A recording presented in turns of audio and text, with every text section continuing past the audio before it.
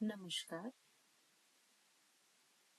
मैं आपकी सहयात्री science behind the meditation की यात्रा में आपको अगले पड़ाव की ओर ले चलती हूँ। आप सभी श्रोतागण का अभिनंदन, आभार। हम प्रस्तुत कर रहे हैं science behind the meditation book की ऑडियो बुक, जो कि अमेजॉन, किंडले तथा फ्लिपकार्ट पर अवेलेबल है। इस बुक को अमेजॉन ने बेस्ट सेलर नंबर 1 की श्रेणी प्रदान की है। इसकी लिंक डिस्क्रिप्शन बॉक्स में अवेलेबल है।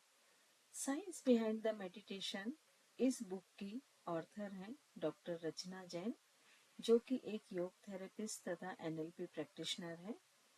यह इस बुक का 15 पार्ट है, जिसमें हम इस बुक के चैप्टर 24 को प्रेजेंट कर रहे हैं। तो आइए शुरू करते हैं चैप्टर 24 का बचा हुआ पार्ट। 10वां उपकरण है योग निद्रा। योग निद्रा तंत्र की अत्यंत शक्तिशाली तकनीक है। यह अति इंद्रिय निद्रा है। अति इंद्रिय निद्रा अर्थात जिसमें जागते हुए सोना। यह निद्रा व जागृति के मध्य की अवस्था है। इसे आंतरिक जागृति की स्थिति भी कहा जा सकता है। यह वह समय होता है जब चेतन व अवचेतन मन उच्च चेतना से संबंध स्थापित करते हैं। योग निद्रा में मन के गहरे क्षेत्रों को उद्घाटित कर सकते हैं। जागृत अवस्था में आपके मन का जागृत अंश ही क्रियाशील रहता है, परंतु जब आप योग निद्रा में विश्राम की अवस्था में होते हैं तो आपका अवचेतन तथा अचेतन मन भी उन्मुक्त हो जाता है। योग निद्रा का अभ्यास एक ही अभ्यास घंटों की साधारण नींद से अधिक विश्रामदायक और शांतिदायक होता है। मनुष्य का अवचेतन मन बड़ा आज्ञाकारी होता है। उसे जो आदेश दिए जाते हैं उसका वह तत्काल पालन करता है। यदि आप योग निद्रा का अभ्यास करना जानते हैं तो अपने अवचेतन मन को समुचित ढंग से प्रशिक्षित कर सकते हैं। इसका फल यह होता है कि हमारा साधारण मन और बुद्धि इस प्रशिक्षित अवचेतन मन का अनुसरण करने लगते हैं। योग निद्रा द्वारा मन की प्रकृति बदली जा सकती है, बीमारियां ठीक हो सकती हैं और अभ्यासकर्ता की सृजनात्मक क्षमता का कल्पनातीत विस्तार हो सकता है। मनुष्य का अवचेतन तथा अचेतन मन बड़ा शक्तिशाली होता है। योग निद्रा की सरल विधि द्वारा मन की अथाह गहराइयों में उतरा जा सकता है। अक्सर जब हम रात को सोते हैं तो अनेक चिंता व तनावों को साथ में लेकर सोते हैं, जिसके कारण नींद में शरीर की हीलिंग संभव नहीं हो पाती है तथा जब लगातार लंबे समय तक हीलिंग नहीं होती है तो शरीर में रोग उत्पन्न होते हैं। योग निद्रा का अभ्यास सोने के पहले करना चाहिए, जिससे संपूर्ण मन व शरीर शिथिल हो जाए और गहरी नींद आए और कम समय में निद्रा पूरी हो जाए। योग निद्रा का अभ्यास नींद की प्रारंभिक तैयारी के रूप में किया जाता है। इसके अभ्यास से साधक के व्यक्तित्व का नवीनीकरण हो जाता है। उसकी तामसिक प्रवृत्तियां शांत हो जाती हैं। इसके अभ्यास के समय शारीरिक केंद्रों की स्थिति अंतर्मुखी हो जाती है। इसी को प्रत्याहार कहते हैं। मन किसी केंद्र पर एकाग्र हो जाता है। समस्त इंद्रियां केंद्र पर लौट आती हैं। इस गहन अवस्था में पूर्ण शिथिलता की अनुभूति होती है तथा हम अपने आंतरिक व्यक्तित्व के साथ संबंध स्थापित करते हैं। आत्मनिरीक्षण के कारण अपनी अभिवृत्तियों में उचित परिवर्तन लाना संभव हो पाता है। जब मन शांत व स्थिर होता है तब उसकी ग्रहणशीलता अधिक होती है। जब मन अशांत होता है तो चेतना इंद्रियों के संपर्क में होती है और ग्रहणशीलता कम होती है। इसी नियम के आधार पर योग निद्रा कार्य करती है। योग निद्रा के अभ्यास के दौरान जो ज्ञान दिया जाता है उस समय साधक ना तो गहरी निद्रा में रहता है और ना ही पूर्णतः जगा हुआ होता है। उस समय जो ज्ञान, विचार या प्रभाव मन में प्रवेश करते हैं वे परमानेंट मेमोरी में सुरक्षित होकर शक्तिशाली हो जाते हैं और वहीं रह जाते हैं। योग निद्रा के अभ्यास हेतु शरीर और मन को अधिक से अधिक शिथिल करना होता है। योग निद्रा के समय दिए जाने वाले निर्देशों को सावधानी से सुनते हुए उसका अनुकरण करते जाएं। योग निद्रा कराने वाले प्रशिक्षक को बोलने दीजिए और आप उसकी बातों को केवल सुनते जाइए। ये निर्देश द्रुत गति से दिए जाते हैं, अतः यदि बीच बीच में आप उसके निर्देश को ना सुन पाए तो इसमें कोई हानि नहीं होती है। आप जितना अधिक उसके निर्देश को सुनेंगे उतना ही आपको फायदा होगा। अभ्यास की पूर्ण अवधि में अपनी सजगता को बनाए रखें। अभ्यास करते समय सोए नहीं। निर्देशों के अर्थ का बौद्धिक विश्लेषण नहीं करना चाहिए। सहज भाव से पूर्ण सजगता के साथ सिर्फ निर्देशों को सुनते जाना चाहिए। निर्देशों को याद करने की कोशिश भी नहीं करना चाहिए, क्योंकि याद करने के कारण हमारा मन थक जाएगा और हमें नींद आ जाएगी। योग निद्रा के अभ्यास के लिए शव आसन का चयन करें। पीठ के बल आसन पर लेट जाएं। आसन बिछाने से पहले यह देख लें कि फर्श समतल हो। संपूर्ण शरीर सिर से लेकर पैर तक एक लाइन में हो। पैरों के बीच में थोड़ी सी दूरी हो। दोनों हाथ बगल में हो तथा शरीर से लगभग 6 से 7 इंच की दूरी पर हो। हथेलियां आकाश की ओर खुली हुई हो। पेट खाली हो। संपूर्ण अभ्यास के दौरान आंखें बंद हो तथा स्थिर होकर लेटे रहें। योग निद्रा का अभ्यास का क्रम निम्नलिखित होना चाहिए। सबसे पहले शवासन की स्थिति में लेट जाएं। शरीर को स्थिर बना लें। सजगता को पूर्ण रूप से जागृत रखें। अपने संकल्प को 3 बार दोहराएं। शरीर की शारीरिक सजगता के साथ शिथिल करें। शरीर के विभिन्न अंगों में चेतना को घुमाएं। मन को एक अंग से दूसरे की ओर तेजी से दौड़ाएं। चेतना को अंगों पर घुमाने में अंगों का क्रम समान रखना चाहिए, जिससे अवचेतन मन इसका आदी बन जाए। 2 विपरीत भाव जैसे सर्दी, गर्मी, हल्कापन, भारीपन, दुख, सुख, कष्ट, आनंद की अनुभूतियों को दोहराएं तथा इसके प्रति सजगता को बढ़ाएं। चेतना को चक्रों पर ले जाना चाहिए तथा उनके अति इंद्रिय प्रतीकों के प्रति सजग होना चाहिए। जब इनके सही स्थानों का मानसिक स्पर्श किया जाता है तब बिंब दिख सकते हैं या कुछ विशिष्ट अनुभव हो सकते हैं। आत्मा व परमात्मा की चेतना के प्रति लगातार सजगता को बनाए रखना चाहिए। संकल्प को पुनः दोहराएं। समस्त अंगों को धीरे धीरे हिलाते हुए चेतना को आसपास के वातावरण के प्रति जागृत करते हुए वापस आए। हमारा जागृत मन बड़ा बेचैन और अवज्ञाकारी होता है, परंतु गहन योग निद्रा की अवस्था वाला मन इसके विपरीत बड़ा आज्ञाकारी होता है। तंत्र के अनुसार मन का विकास सहज ढंग से होना चाहिए। आपको अपने स्वभाव, आदतों, सीमाओं में संघर्ष करने की जरूरत नहीं है। उन्हें सहज व सामान्य रूप से विकसित होने देना चाहिए। हाइपोथैलेमस की समन्वित प्रतिक्रिया के कारण योग निद्रा की अवस्था आती है। इस अवस्था में परानुकंपी या पैरासिम्पैथेटिक, जिसे शिकली कारक भी कहते हैं, की क्रियाशीलता बढ़ जाती है तथा अनुकंपी या सिंपैथेटिक नर्वस सिस्टम, जिसे उत्तेजनशील भी कहते हैं, की क्रियाशीलता कम हो जाती है। इस प्रक्रिया को संघर्ष या पलायन प्रक्रिया में भी देखा जाता है। इसे F2 मोड भी कहा जाता है। प्राचीन काल में जब मनुष्य जंगल व गुफाओं में निवास करता था तथा खाना बदोश का जीवन जीता था और हर पल असुरक्षा की स्थिति निर्मित होती थी, उस समय सन्निकट संकटों से बचने के लिए हाइपोथैलेमस व अंतःस्रावी ग्रंथियों की सक्रियता बढ़ जाती है और तत्कालीन सुरक्षा प्रणाली के लिए शरीर को तैयार करती है।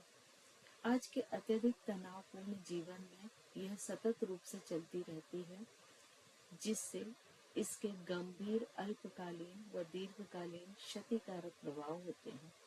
आगे जाकर ये प्रभाव मनोकायिक रोगों को जन्म देते हैं। योग निद्रा के निरंतर अभ्यास से इन प्रभावों को कम किया जा सकता है।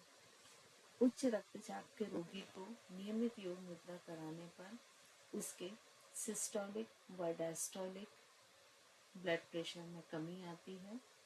एड्रिनल ग्रंथि से स्रावित होने वाले हार्मोन्स एड्रिनल तथा कार्टिसोल का स्तर रक्त में कम हो जाता है। योग निद्रा की स्थिति में आने वाले सपनों में कैकुले ने बेंजीन की वृत्ताकार आणविक संरचना का अनुभव किया था।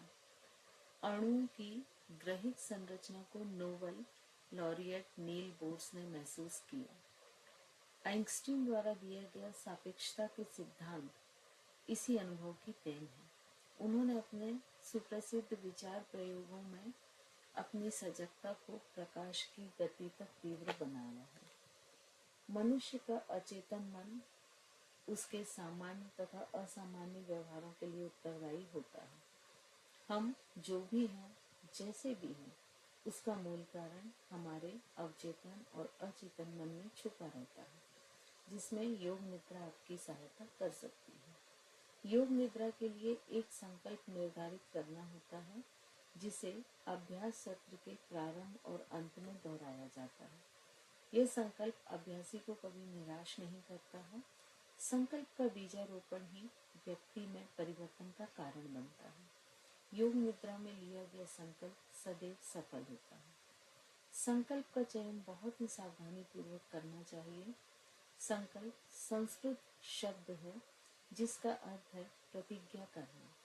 मानव चाहे तो अपने भविष्य को संकल्प के द्वारा अपने अनुसार बना सकता है। संकल्प को एक संक्षिप्त मानसिक स्वीकारोक्ति के रूप में चेतना द्वारा अवचेतन मन तक पहुंचाया जाता है। संकल्प अवचेतन मन में प्रविष्ट कर जाए, इसके लिए संकल्प के शब्द स्पष्ट व निश्चित होने चाहिए। संकल्प के चयन में शीघ्रता नहीं करनी चाहिए, बल्कि सावधानी पूर्वक पर्याप्त समय देते हुए संकल्प का चयन करना चाहिए। एक बार संकल्प निश्चित होने के बाद उसे पूर्ण होने के पूर्व उसे बदलना नहीं चाहिए। संकल्प के परिणाम प्राप्त होने तक इंतजार करना चाहिए। कभी कभी परिणाम प्राप्त होने में समय भी लग सकता है। परिणाम की प्राप्ति इस बात पर निर्भर करती है कि संकल्प की प्रकृति क्या है, वह अवचेतन मन में कितनी गहराई तक गया है, इसके परिणाम प्राप्ति पर आपका कितना विश्वास है और आप कितनी ईमानदारी से इस पर अडिग हैं। योग निद्रा के दौरान अवचेतन मन दिए गए सुझावों को स्वीकार करने की स्थिति में होता है, अतः अवचेतन मन में संकल्प का बीजारोपण हो जाता है। भविष्य में यह अंकुरित हो पल्लवित होता है। संकल्प मन की भूमि पर पल्लवित होता है, अतः यह आवश्यक है कि मन की भूमि उच्च स्तर की हो।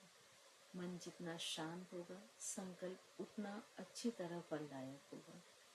विचार उस खाद की तरह है जो संकल्प के पौधे को जल्दी बढ़ाती है ताकि वे जल्दी फल दे सकें। सफलता के लिए संकल्प का बीजारोपण सशक्त इच्छा शक्ति, पूर्ण स्वीकारोक्ति, अनुभव, शांत मन तथा अच्छे विचारों के साथ होना चाहिए, तभी वे फलदायक हो सकेंगे। संकल्प एक नैतिक व महत्वपूर्ण वाक्य है जिसके नियम होते हैं। योग निद्रा के आरंभ तथा अंत में संकल्प लेना चाहिए। इस संकल्प को अनेक बार दोहराना चाहिए। संकल्प वाक्य सकारात्मक, व्यवहारिक, सरल, छोटा व सुस्पष्ट होना चाहिए। यह वर्तमान काल में होना चाहिए। संकल्प वाक्य छोटे बोए जाने वाले बीज की तरह है। योग निद्रा में मन रूपी खेत की जमीन तैयार कर हम उसमें संकल्प रूपी बीज बोते हैं। एक संकल्प तो तब एक संकल्प को तब तक लगातार दोहराएं जब तक कि वह पूर्ण ना हो।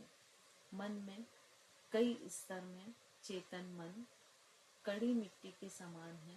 इसमें बुद्धि व तर्क क्रियाशील होती है। ये दोनों विश्लेषण करते हैं।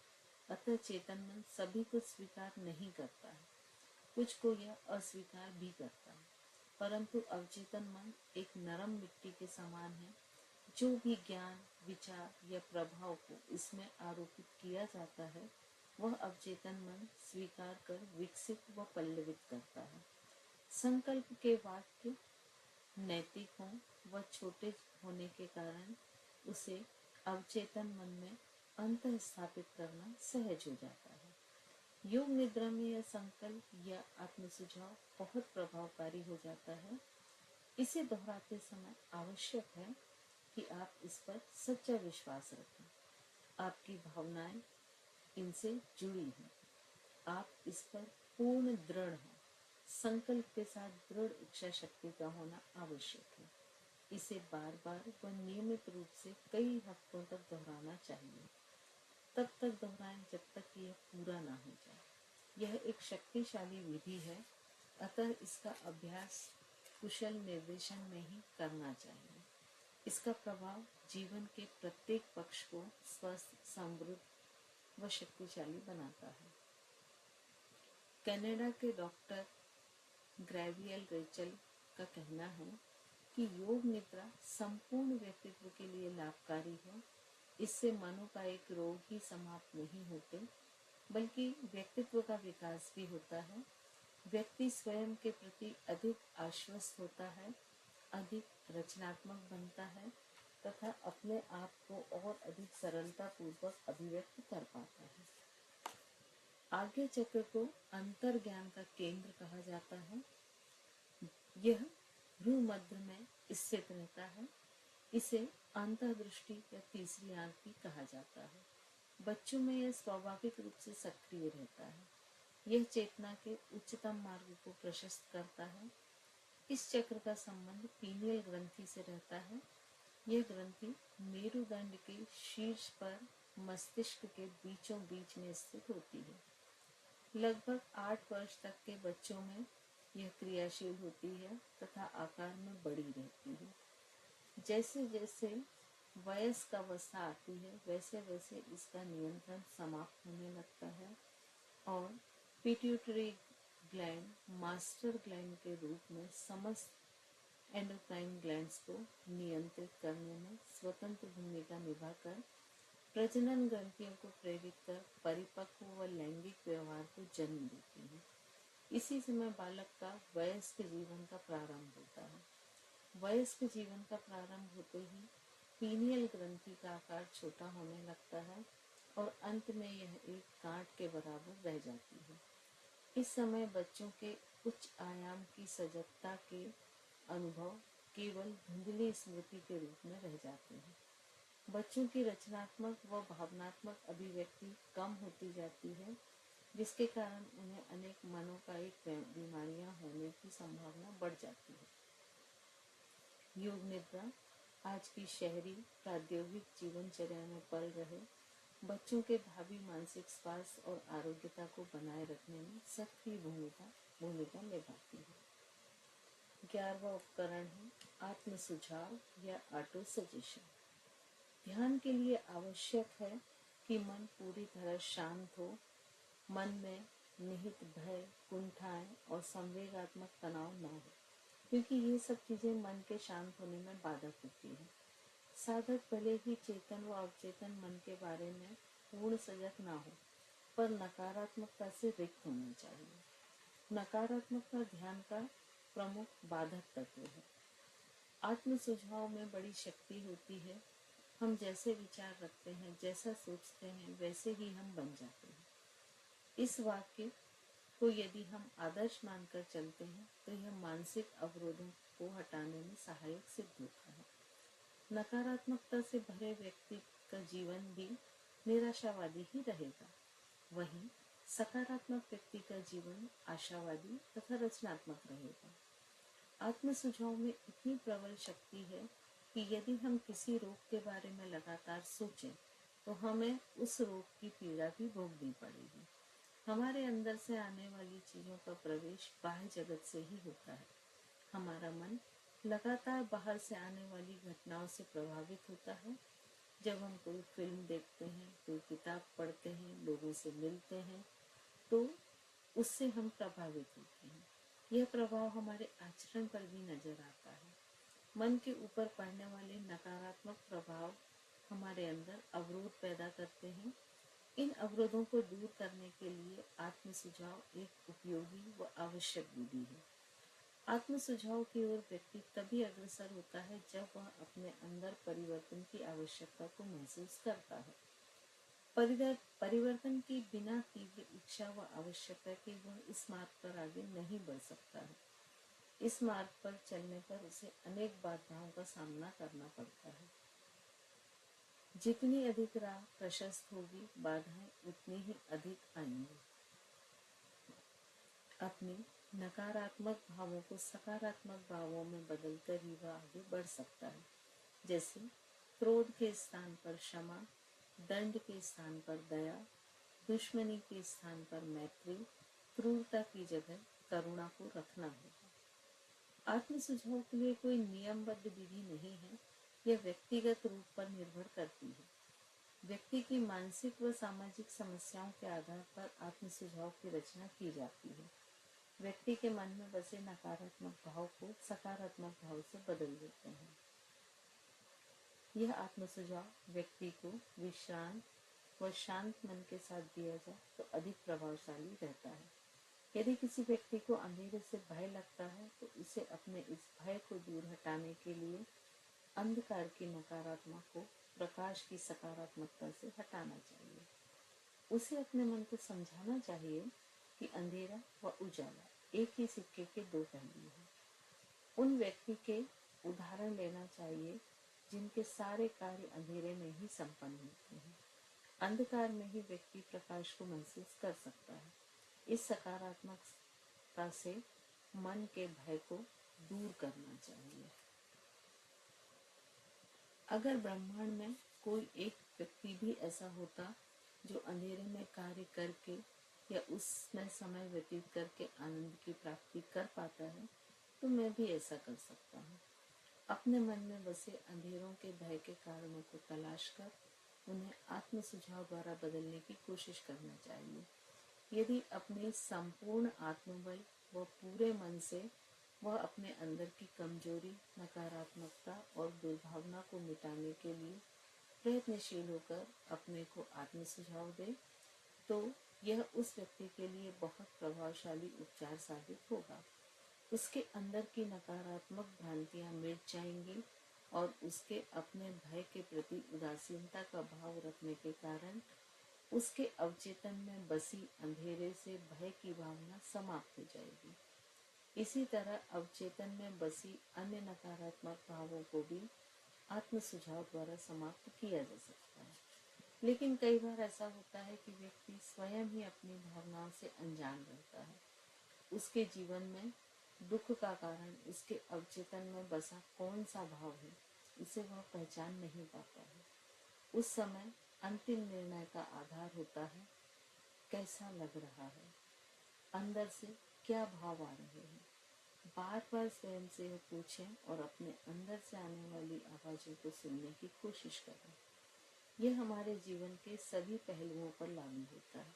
यदि आप बीमार हैं, शरीर बीमारियों से घिरा हुआ है जैसे ब्लड प्रेशर, डायबिटीज, थायराइड या अन्य कोई बीमारी, तब यदि आप स्वयं से पूछते हैं कि कैसा लग रहा है और उत्तर आता है कि बहुत अच्छा, तब घबराने की आवश्यकता नहीं है। यह समस्या दीर्घकालीन नहीं होगी, इसे तात्कालीन ही होगा।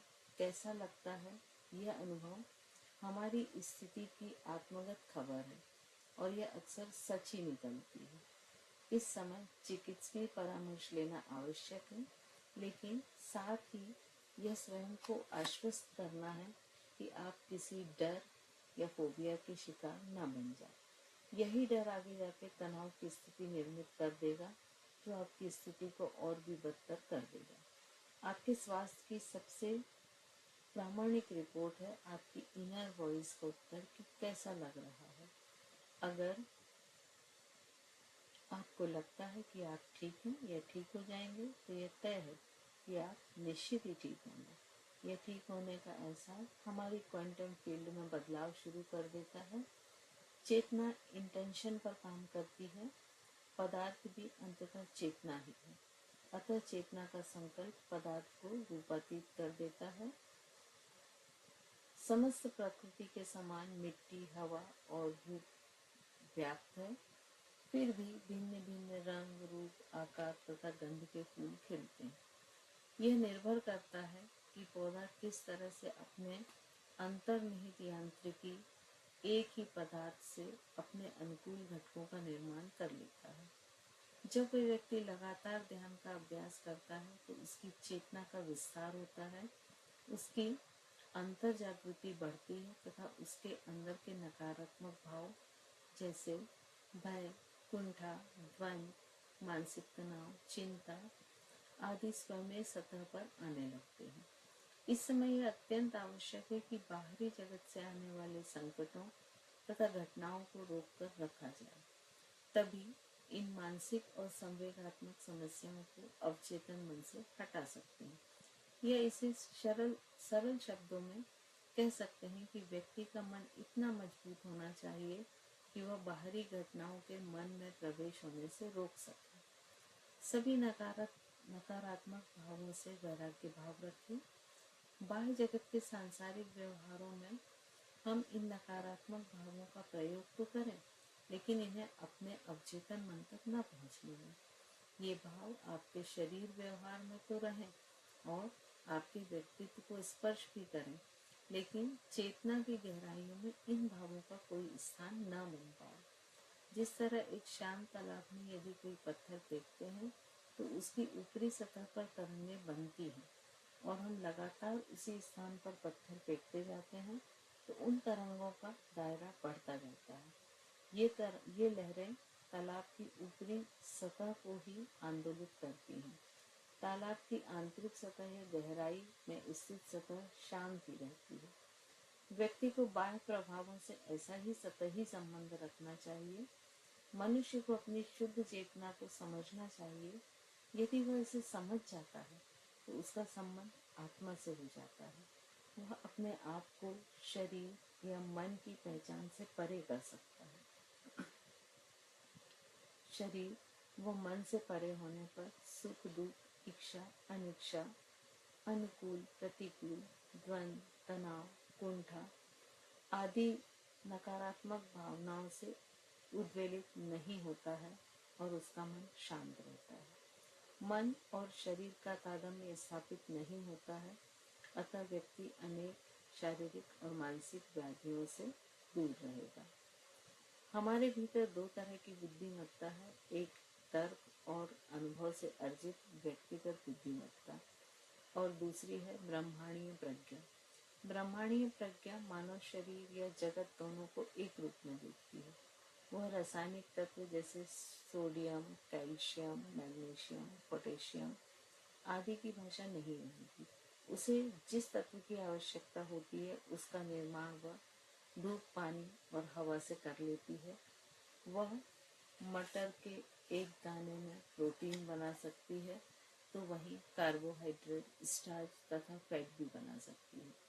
यह ब्रह्मांडी प्रज्ञा अत्यंत बुद्धिमान है।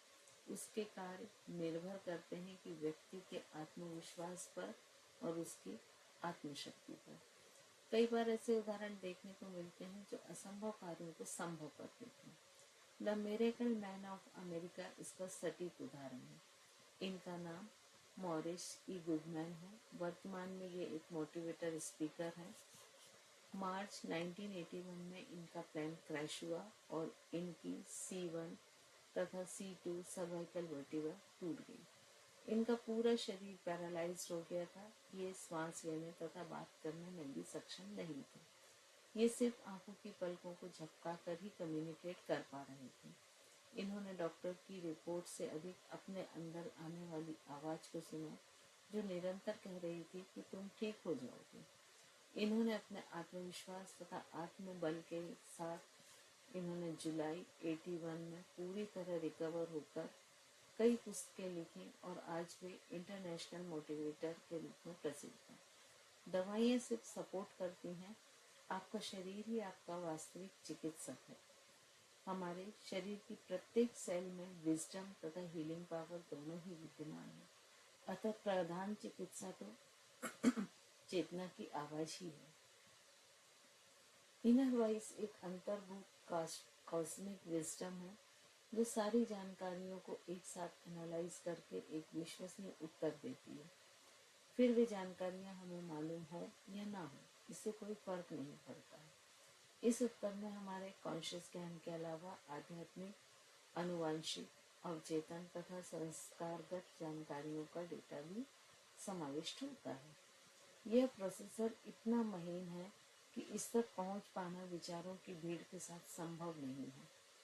यह लक्ष्य हासिल होता है मौन, समर्पित तथा प्रार्थनामय चित्त के जरिए। सरल और संकल्पवान हृदय को यह इनर वॉइस बहुत साफ सुनाई देती है। हमें अपनी रीजनिंग और अनुभवों के शोर में इतना नहीं खोना चाहिए कि हमारे भीतर की आवाज ही हम न सुन पाए। यह हमारी अंतर्गूंज ही ईश्वर की आवाज और आशीर्वाद है। जब भी किसी नई दिशा की ओर कदम बढ़ाएं, जैसे किसी नए व्यक्ति को पहचानना हो, कोई निर्णय लेना हो, कोई नया काम शुरू करना हो या किसी रोग से लड़ाई लड़नी हो, तो सर्वप्रथम अपने भीतर से आने वाली आवाज को सुने। शुरू में आपकी बुद्धि तथा तर्क इसका विरोध करेंगे, किंतु धीरे धीरे आपके अंदर तर्क से परे उस परम वाणी को सुनने की सामर्थ्य पैदा हो जाएगी कि कैसा लगता है।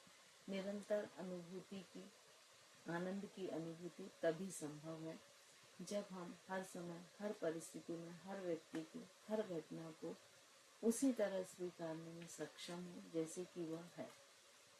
यह सेशन आत्म जागृति और अपने प्रति स्वयं की जिम्मेदारी समझने का एक सुअवसर है, जो हमें हमारे मूलभूत संस्कारों, पवित्रता, शांति और प्रेम के अनुसार हमारे विचारों और भावनाओं का चयन करने में सहायता करेगा।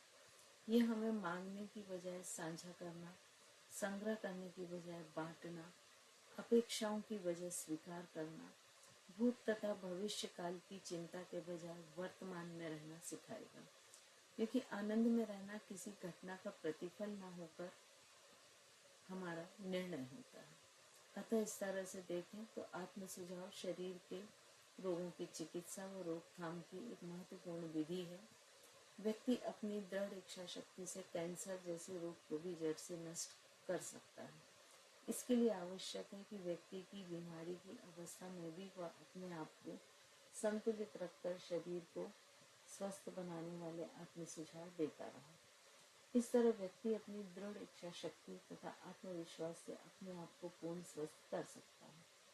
इच्छा शक्ति और प्राण शक्ति आखिर है क्या? मनुष्य के द्वारा जो भी कृत्य होते हैं, उसकी पृष्ठभूमि में इच्छा शक्ति को ही कार्यरत देखा जा सकता है। चेतना की यह शक्ति असीम, अप्रत्याशित तथा विलक्षण है।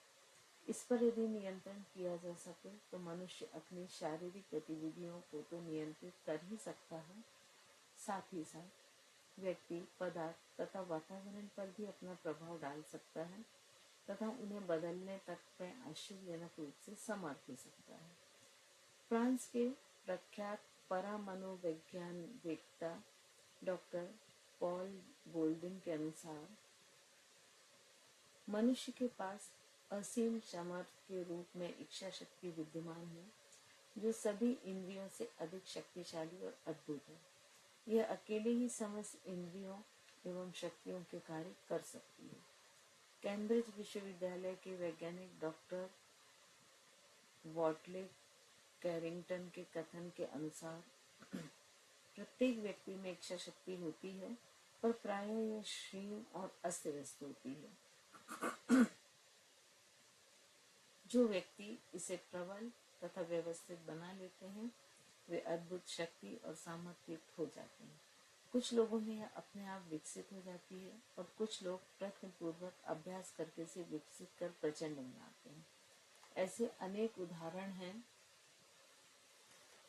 जिनमें व्यक्तियों ने अपनी प्रबल इच्छा शक्ति से जड़ वस्तुओं में हलचल पैदा करने, बादलों को हटाने, वर्षा करवाने या रोकने के सफल प्रदर्शन किए हैं। अमेरिका के मनोवैज्ञानिक डॉक्टर रॉल्फ अलेक्जेंडर ने बादलों को इच्छा शक्ति से एकत्र कर बूंदाबांदी करने तथा फिर हटाने में ख्याति प्राप्त की है। इसका विवरण कई समाचार पत्रों में मिलता है, पर इसी सदी के चार्ल्स हैटफील्ड नामक एक व्यक्ति ऐसा भी हुआ है जिसने command of nature, king of cloud compellers की उपाधि मिली है। इसने शर्त लगाकर सैन डिएगो कैलिफोर्निया में मूसलाधार बारिश करके दिखाई। स्ट्रेच हैपिंग्स एवं बिटवीन टू वर्ल्ड्स में इच्छा शक्ति के प्रदर्शन की कई घटनाओं का वर्णन किया गया है, जिसमें यह घटना प्रमुख है कि प्रसिद्ध मन चिकित्सक कार्ल जूंग ने फ्रायड के कमरे में अपनी मानवीय एकाग्रता की क्षमता का प्रदर्शन करके कमरे में रखी वस्तुओं में हलचल पैदा कर दी थी। वस्तुएं इस तरह से थरथराने लगी थी मानो कोई भूकंप या तूफान आ गया हो। अधिकांश लोगों का आत्मसुझाव कार्य नहीं करता है, उसका अनुभव सफलता का नहीं रहता है। इसके कई कारण होते हैं, जैसे सही आत्मसुझाव की रचना ना कर पाना, आत्मसुझाव का अवचेतन मन तक नहीं पहुंच पाना आदि। व्यक्ति की शारीरिक व मानसिक आवश्यकताओं के आधार पर आत्मसुझाव की रचना होनी चाहिए। आत्मसुझाव की सफलता के लिए आवश्यक है कि आत्मसुझाव के लिए जो शब्द प्रयोग किए जा रहे हैं वो सही, उनका चयन सही हो। वाक्यों की रचना वर्तमान काल में होना चाहिए। वाक्य सकारात्मक होना चाहिए। उनका आशय स्पष्ट होना चाहिए। आत्मसुझाव 3 वाक्यों से अधिक नहीं होना चाहिए। आत्मसुझाव के वाक्यों की रचना कुछ इस तरह होना चाहिए कि उन वाक्यों को चेतन मन स्वीकार कर ले, ताकि वे अवचेतन मन द्वारा ग्रहण किए जा सकें। क्योंकि यही चेतन मन द्वारा ये वाक्यों को ग्रहण नहीं किया गया तो वे अवचेतन मन में अंदर नहीं जाएंगे।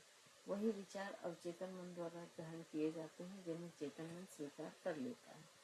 आत्मसुझाव देने का सही समय होता है। इसे ध्यान, योग निद्रा, अजपाजप, अंतर्मौन आदि के पश्चात दें तो यह अति उत्तम होता है। प्रातःकाल सोकर उठने के तुरंत बाद या रात को सोने से पूर्व भी उचित समय रहता है। मानव मस्तिष्क में 4 तरह की तरंगें होती हैं, जिसका वर्णन इस किताब में किया गया है। आत्मसुझाव उस समय देना उचित होता है जब मस्तिष्क में अल्फा तरंगें भरी हों, लेकिन यदि जल्दी और अच्छे परिणाम चाहिए तो उस समय आत्मसुझाव देना चाहिए जब थीटा तरंगें मस्तिष्क में सक्रिय है। इस समय मस्तिष्क सुझावों के प्रति ग्रहणशील रहता है। अतः यदि पूर्ण विश्वास तथा दृढ़ संकल्प के साथ कुछ मिनट तक आत्मसुझावों को दोहराया जाए तो इच्छित परिवर्तन अवश्य प्राप्त होगा और अपने अभिष्ट को प्राप्त करने में सफलता मिलेगी। व्यक्ति को अपने तथा अपने परिवेश के बीच सामंजस्य रखना चाहिए। जब मानव का उसके परिवेश के साथ सामंजस्य न रख पाना ही उसके दुखों का कारण बन जाता है। मानव अपने आत्म तत्व को भूलकर बाह्य जगत तथा उसकी भौतिक दुनिया के साथ अपने आप को जोड़ लेता है। वह इतना बाहर के जगत से जुड़ जाता है कि यदि हम किसी व्यक्ति से उसका परिचय पूछते हैं तो उत्तर मिलता है कि वह डॉक्टर, वकील, गायक, कलाकार, खिलाड़ी, दुकानदार, मैनेजर या गृहिणी आदि है। ये उसके बाह्य जगत के कार्यों का परिचय है, स्वयं उसका नहीं। इस तरह व्यक्ति अपने कार्य के साथ इस तरह तादाद में स्थापित कर लेता है कि वह उसे ही अपना परिचय मानने लगता है। इसी आसक्ति भाव के कारण उसे दुख सहने पड़ते हैं। उदाहरण के लिए एक अभिनेत्री को लेते हैं। उसके काम में शरीर ही महत्वपूर्ण है। उसके शरीर की सुंदरता उसे ऊंचाइयों पर ले जाती है और उसे आम जनता से ऊपर उठाती है। अतः वह अभिनेत्री सारे जीवन अपने शरीर की ही साथ संवारने लगी रहती है। वह अपने आप को शरीर की सुंदरता के साथ जोड़ लेती है। एक समय के पश्चात जब उसकी उम्र ढलने लगती है और सारे साज संवार के बावजूद भी उसके शरीर की सुंदरता कम होने लगती है तो वह निराश और दुखी होने लगती है। और कई बार विशेषकर उच्च महत्वाकांक्षी लोगों में तो यह निराशा इतना दुख इतनी चरम सीमा तक पहुंच जाती है कि वह भावनात्मक आत्महत्या जैसी स्थिति भी उत्पन्न हो जाती है। गृहिणियों में अक्सर उदासीनता की स्थिति देखी जाती है। लड़कियों की जब शादी होती है तो वे अपने पति तथा परिवार ही उसके जीवन की प्राथमिकता होते हैं। जैसे ही बच्चे होते हैं तो उसकी प्राथमिकता बच्चे हो जाते हैं। उसकी सारी दिनचर्या बच्चों के समय के हिसाब से ही तय होती है। वह अपने बच्चों के साथ एकात्म स्थापित कर लेती है। जब बच्चे बड़े होते हैं तो पढ़ाई या नौकरी के कारण माँ को उनका वियोग झेलने पड़ते हैं। तब यही एकात्म का भाव रखने के कारण उनकी अनुपस्थिति में दुख और संवेगात्मक असंतुलन होने लगता है। इस दुख और संवेगात्मक भाव में लगातार जीने के कारण उसे अनेक बीमारियां घेर लेती हैं। व्यक्ति को बाहर के जगत को एक साक्षी भाव से देखना चाहिए। उसका वास्तविक परिचय उसकी आत्मा है। आत्मा ही उसकी चेतना का केंद्र है। यही चैतन्य केंद्र उसका परिचय है। जब हम अपने वास्तविक स्वरूप को पहचानने लगते हैं तथा हम शरीर तथा मन का समुचित सदुपयोग में समर्थ होकर संपूर्ण क्षमता के साथ इसका उपयोग कर सकते हैं। ध्यान द्वारा मानव अपनी शुद्ध चेतना के केंद्र तक पहुंच सकता है। ध्यान ही वह मार्ग है जो उसका एकात्म उसकी आत्मा से कराता है। यह आत्मा ही परमात्मा का अंश है। 12वां उपकरण है ब्रह्मांड का आकर्षण का सिद्धांत। जैसा कि पहले बताया जा चुका है कि ब्रह्मांड के आकर्षण के सिद्धांत का उपयोग किया गया है। लॉ ऑफ अट्रैक्शन या ब्रह्मांड के आकर्षण का सिद्धांत ये नियम कहता है कि हमारा मन जो कुछ भी सोचता है वह प्रसारित करता है।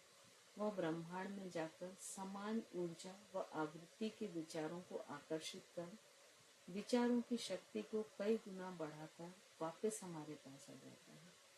इसके लिए स्वाभाविक रूप से जो भी हम हासिल करना चाहते हैं उसे सकारात्मक रूप से हमें अपने चेतन मन के द्वारा अपने अवचेतन मन में अंकित कराना जरूरी है।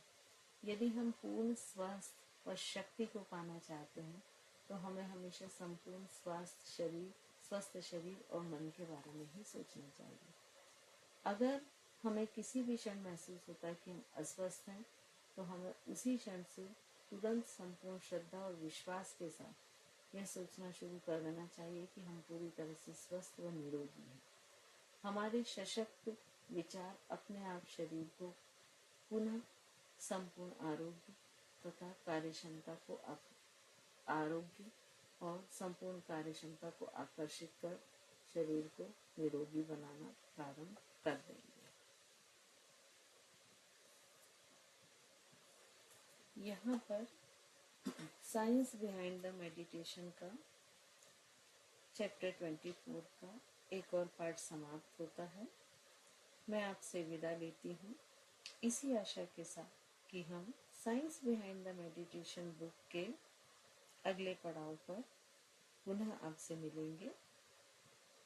मैं एक बार पुनः आप सभी का दिल से आभार व्यक्त करती हूँ तथा प्रार्थना करती हूँ कि आप सभी का जीवन सुख, शांति, समृद्धि तथा आनंद से भरा रहे। जुड़े रहने के लिए इस चैनल को सब्सक्राइब व शेयर जरूर करें। आपके सहयोग के लिए धन्यवाद। मिलते हैं साइंस बिहाइंड द मेडिटेशन के अगले भाग में। नमस्कार।